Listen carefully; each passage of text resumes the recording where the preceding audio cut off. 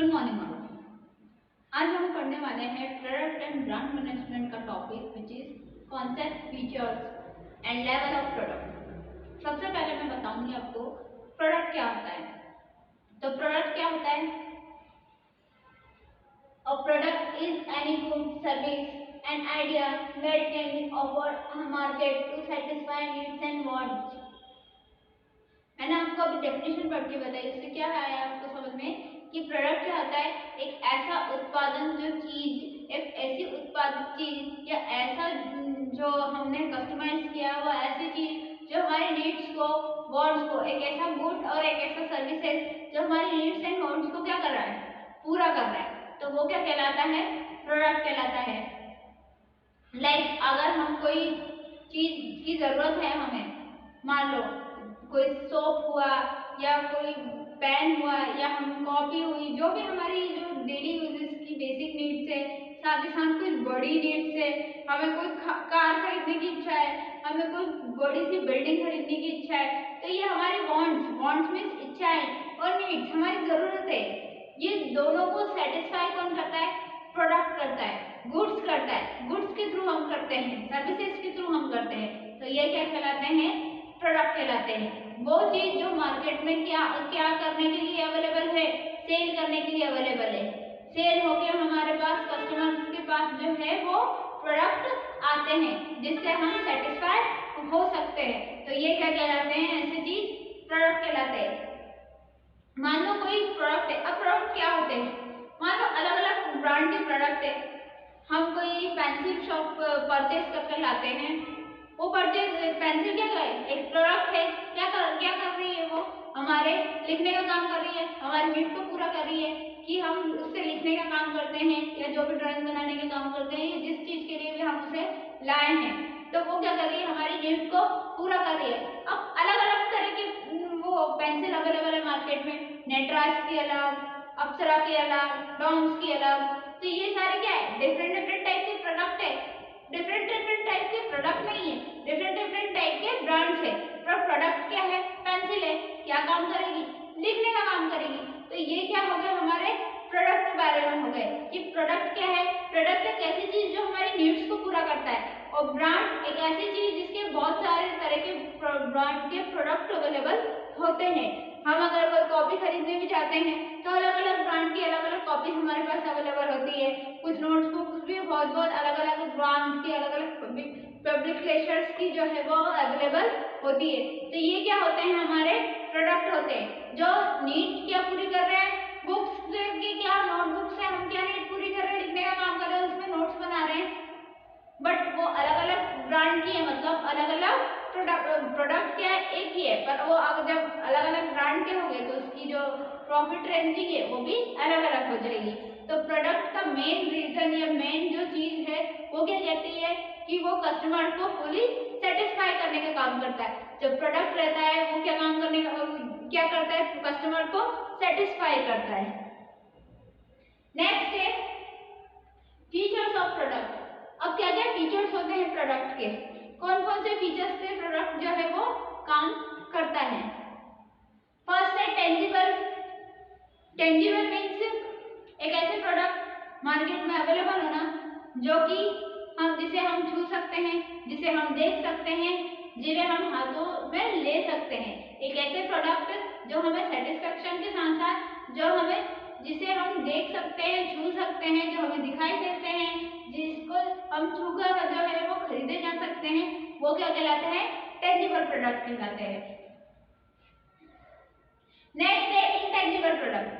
अब कुछ प्रोडक्ट ऐसे रहते हैं जो हमें सर्विस प्रोवाइड का काम करते हैं, जिन्हें हम छू नहीं सकते, जिन्हें सिर्फ हम देख सकते हैं, जिनकी सर्विसेज हम ले सकते हैं पर हम छूने का काम नहीं कर सकते। For example restaurant. रेस्टोरेंट क्या है?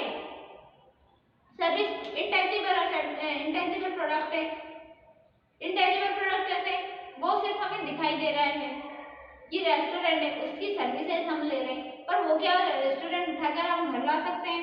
उस पर हमारा हक जता सकते हैं? नहीं। उस पर जो हमने जो खाने की चीज जो ऑर्डर की है, जो खाना ऑर्डर किया है, जो खाना आएगा, जो खाने को हम खाएंगे, वो क्या कहलाएगा? टेंजिबल प्रोडक्ट कहलाएगा।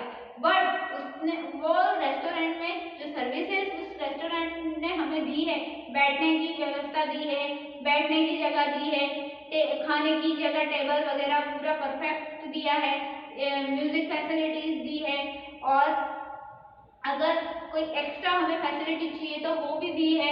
तो ये सब क्या है, सर्विस है, सर्विस दे रहा है वो रेस्टोरेंट।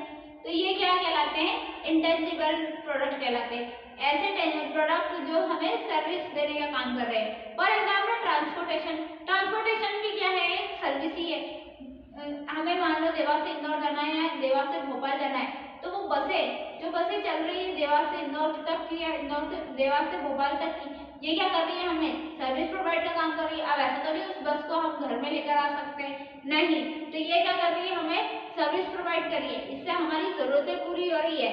ये क्या कर रही है, इसकी सर्विस से हम क्या कर रहे हैं, हमारे काम ले रहे हैं। हम इंदौर जा रहे हैं, हम हमारा कोई काम है जिसकी वजह से हम इंदौर जा रहे हैं, भोपाल जा रहे हैं या कोई दूसरी जगह जा रहे हैं, तो ये क्या कर रही है, हमें सर्विस प्रोवाइड का काम कर रही है, सर्विस दे रही है। इससे हमें बेनिफिट कुछ नहीं हो रहा, बट वो क्या कर रही है, एक फैसिलिटी दे रही है।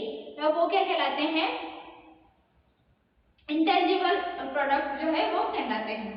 तो आपको समझ में आया, टेंजिबल मतलब जिसको हम छू सकते हैं, जिस प्रोडक्ट को हम घर पे ला सकते हैं, और इंटेंजिबल जिसकी सर्विसेज हम ले सकते हैं पर उसे हम ना घर ला सकते हैं ना हम उससे छू सकते हैं। फिर method is exchange value, value exchange करना, प्रोडक्ट की वैल्यू एक्सचेंज करना।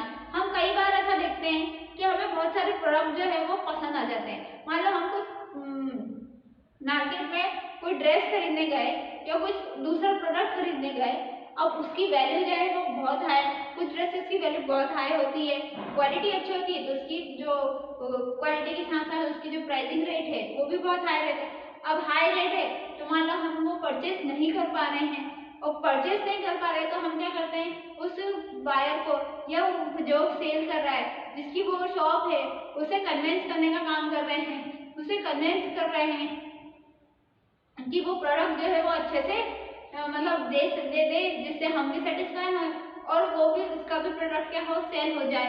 अगर हमें कोई सा प्रोडक्ट अच्छा लग रहा है तो हम क्या कर रहे हैं, उसकी वैल्यू को एक्सचेंज कर रहे हैं। मान लो हमें कोई 2000 की ड्रेस पसंद आ गई और वो 2000 हमारे लिए बहुत ज़्यादा लग रहे हैं कि नहीं हम 2000 तो नहीं पे कर सकते, तो हम क्या करते हैं, वहाँ पर जो सेल कर रहा है उससे हम सेलर से बायर से हम क्या कह रहे हैं कि प्लीज आप उसे एक्सचेंज कर लीजिए, उस वैल्यू को एक्सचेंज कर लीजिए, 2000 की जगह वो हमें 1800 में दे दीजिए, 1700 में दे दीजिए।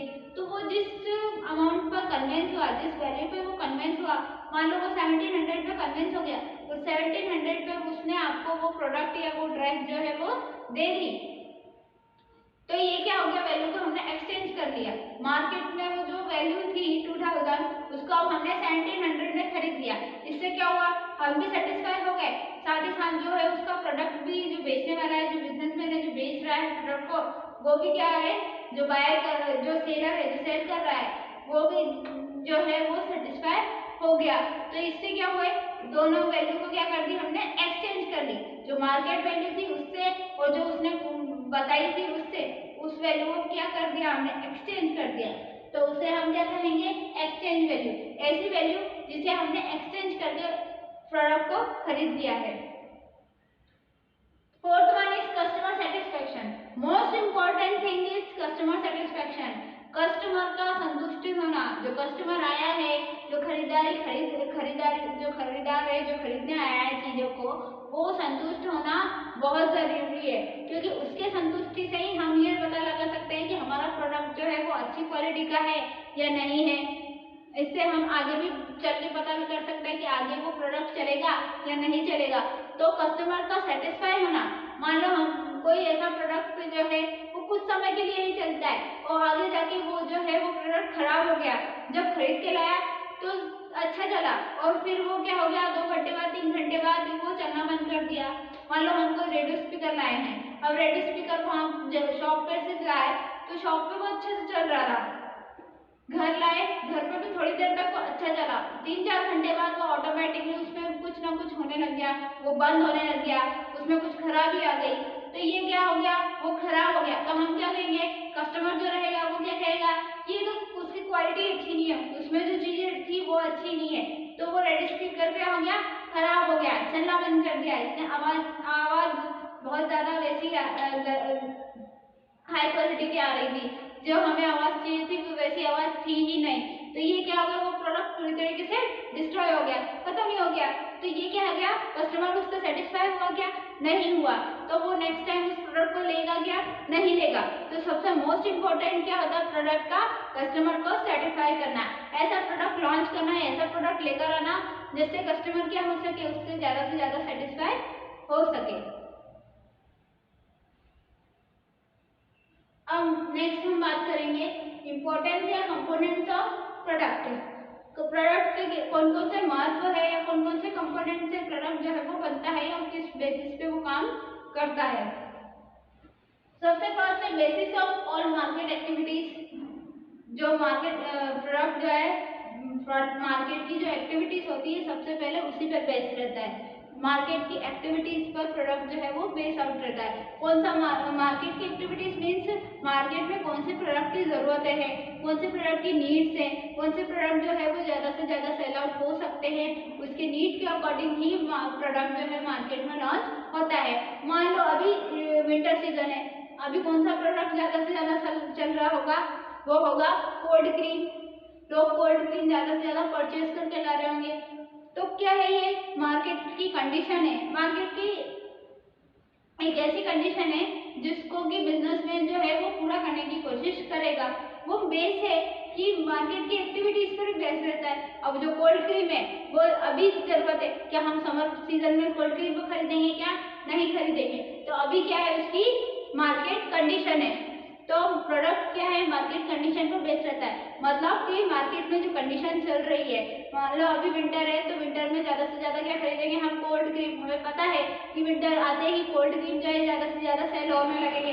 तो मार्केट में बिजनेसमैन क्या लेकर आएगा, बहुत बहुत डिफरेंट तरीके के क्या कोल्ड क्रीम लेकर आएगा, ताकि क्या हो सके, उससे प्रॉफिट भी हो सके और लोगों को नीड्स जो है उन लोगों की जरूरतें है वो भी पूरी हो सके। तो प्रोडक्ट क्या है, कस्टमर मार्केट की एक्टिविटीज पर ही बेस होता है। मार्केट में जो कंडीशन चल रही है, जो चीजें चल रही है, उसके बेस पर ही कस्टमर जो है वो प्रोडक्ट को लॉन्च, बिजनेसमैन जो है वो प्रोडक्ट को लॉन्च करता है। नेक्स्ट है starting point of planning. Planning का सबसे बेस्ट एंड स्टार्टिंग पॉइंट होता है विच इज प्रोडक्ट की प्लानिंग करना। कैसा प्रोडक्ट, जब बिजनेसमैन स्टार्टअप करता है किसी बिजनेस का या कोई न्यू ऑर्गेनाइजेशन है वो ओपन हुई है, तो सबसे पहले ओपन होने के भी पहले जो है वो क्या चीज सोचते हैं माइंड में कि हम किस प्रोडक्ट का हम जो है वो प्रोडक्ट की प्लानिंग करता है कि कौन सा प्रोडक्ट जो है वो मार्केट में लेकर आएगा, हम कौन से प्रोडक्ट का ऑर्गेनाइजेशन शुरू करें, हम कौन से प्रोडक्ट का मैन्युफैक्चरिंग करें जिससे कि कस्टमर जो है वो उन तक वो प्रोडक्ट जो है वो बेच सके। फिर आगे की ये पॉइंट है कि कैसे बेचना है, कौन सी शॉप पर वो मिलेगा, किस प्राइस पे मिलेगा, उस प्रोडक्ट को लगाने में कितने पैसे लगे हैं, किस कॉस्ट प्राइस है, वो सारी चीजें जो है वो आगे का पॉइंट है। बट सबसे पहली चीज जो वो बिजनेसमैन सोचता है विच इज प्रोडक्ट प्लानिंग, उस प्रोडक्ट की प्लानिंग करना, कौन सा प्रोडक्ट हम लेकर आएंगे, वो क्या है उसका स्टार्टिंग पॉइंट है प्रोडक्ट का कि आखिरकार हम किस प्रोडक्ट से शुरुआत करेंगे बिजनेस की। तो ये क्या होगा आगे, फिर अगर वो बिजनेस आगे चल जाता है तो वो फिर उसमें नेक्स्ट लेवल तक प्रोडक्ट जो है अवेलेबल करवाते रहते हैं, आगे आगे नेक्स्ट अलग अलग तरह के प्रोडक्ट जो है वो मार्केट में आने लग जाते हैं। पर स्टार्टिंग क्या है कि हम कौन सा शुरुआत करें किस प्रोडक्ट से, तो ये क्या हो गया स्टार्टिंग पॉइंट हो गया प्रोडक्ट का। प्रोडक्ट जो है वो स्टार्टिंग पॉइंट है प्लानिंग का। जैसे ही बिजनेसमैन कुछ प्लान आउट करता है तो सबसे पहले सोचता है कि वो प्रोडक्ट हम कौन सा लॉन्च करेंगे, उसके बाद फिर उसका एडवर्टाइजमेंट करता है, उसके जो प्रिवेंशन है वो बताता है, तो ये सारी चीजें जो है वो बात की है। पर स्टार्टिंग किससे करता है, वो प्रोडक्ट की, प्रोडक्ट जो है वो इसका स्टार्टिंग प्लानिंग है। नेक्स्ट है product is an and. Product starting point भी है, इसी के साथ साथ प्रोडक्ट जो है वो एंड पॉइंट भी है। मान लो कोई कस्टमर कुछ प्रोडक्ट से सेटिस्फाई नहीं हुआ, जो प्रोडक्ट है वो ज्यादा लॉन्ग टर्म तक नहीं चला, तो क्या होगा, वो कस्टमर सेटिस्फाई होगा क्या, नहीं होगा। तो इससे क्या होगी, वो प्रोडक्ट की एंड पॉइंट हो गया। जब फॉर एग्जांपल हम कुछ स्वीट्स खरीद के लाते हैं, कोई मिठाई खरीद के लाए हैं। अब वैसे तो मिठाई सभी को पता है 24 आवर्स तक ही सिर्फ अवेलेबल होनी चाहिए, 24 आवर्स तक मतलब 24 घंटे तक ही उसका यूज करना चाहिए, खा के उसे खत्म कर देना चाहिए। 24 आवर्स के बाद में उसमें जो इंग्रेडिएंट है, मावा है, जो भी है वो खराब होने लग जाता है। बट समटाइम्स अगर उसमें अच्छी क्वालिटी का वो चीजें डली है, सारे जो इंग्रेडिएंट्स उसमें डाले हैं, सारे जो सामान जो डाले हैं वो बहुत अच्छी क्वालिटी का है, तो वो ज़्यादा सर्विस दे रहा है। मानो 24 आवर के बाद भी हमने उसमें फ्रीजर्स में रख दिया, उसके बाद वो अच्छी जो है क्वालिटी उसमें प्रोवाइड कर रहा है, ज़्यादा देर तक हम उसे खा रहे हैं, टेस्ट कर रहे हैं, तो ये क्या हो गए,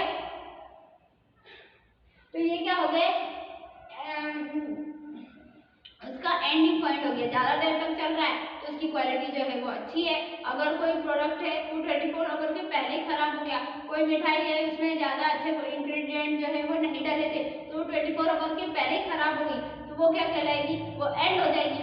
उससे क्या होगा, लोग खरीदेंगे क्या, नहीं खरीदेंगे, मतलब वो प्रोडक्ट, वो मिठाई क्या है, डिस्ट्रॉय हो गई, एंड हो गई। मतलब अब वो पूरी तरीके से ऐसी एंड हो गई कि अगर उसमें कुछ अच्छी तरीके से भी वो फिर से उसे लॉन्च करे तब भी वो सेल नहीं होगी, उससे कस्टमर जो है वो सेटिस्फाई नहीं होगा, क्योंकि उसे पहले से पता होगा कि अगर ये वाली मैं परचेस मिठाई करूंगा तो इसमें तो पिछली बार भी यही हुआ था कि वो जल्दी खराब हो जाती है, तो मैं अब कोई दूसरी खरीदूंगा, जिससे क्या है, कस्टमर सेटिस्फेक्शन नहीं हो पाता है, तो वो प्रोडक्ट क्या होता है, एंड हो जाता है। फिर उसके बाद अगर आप फिर से नई क्वालिटी का भी लेकर आओ तब भी वो नहीं सेल होता है।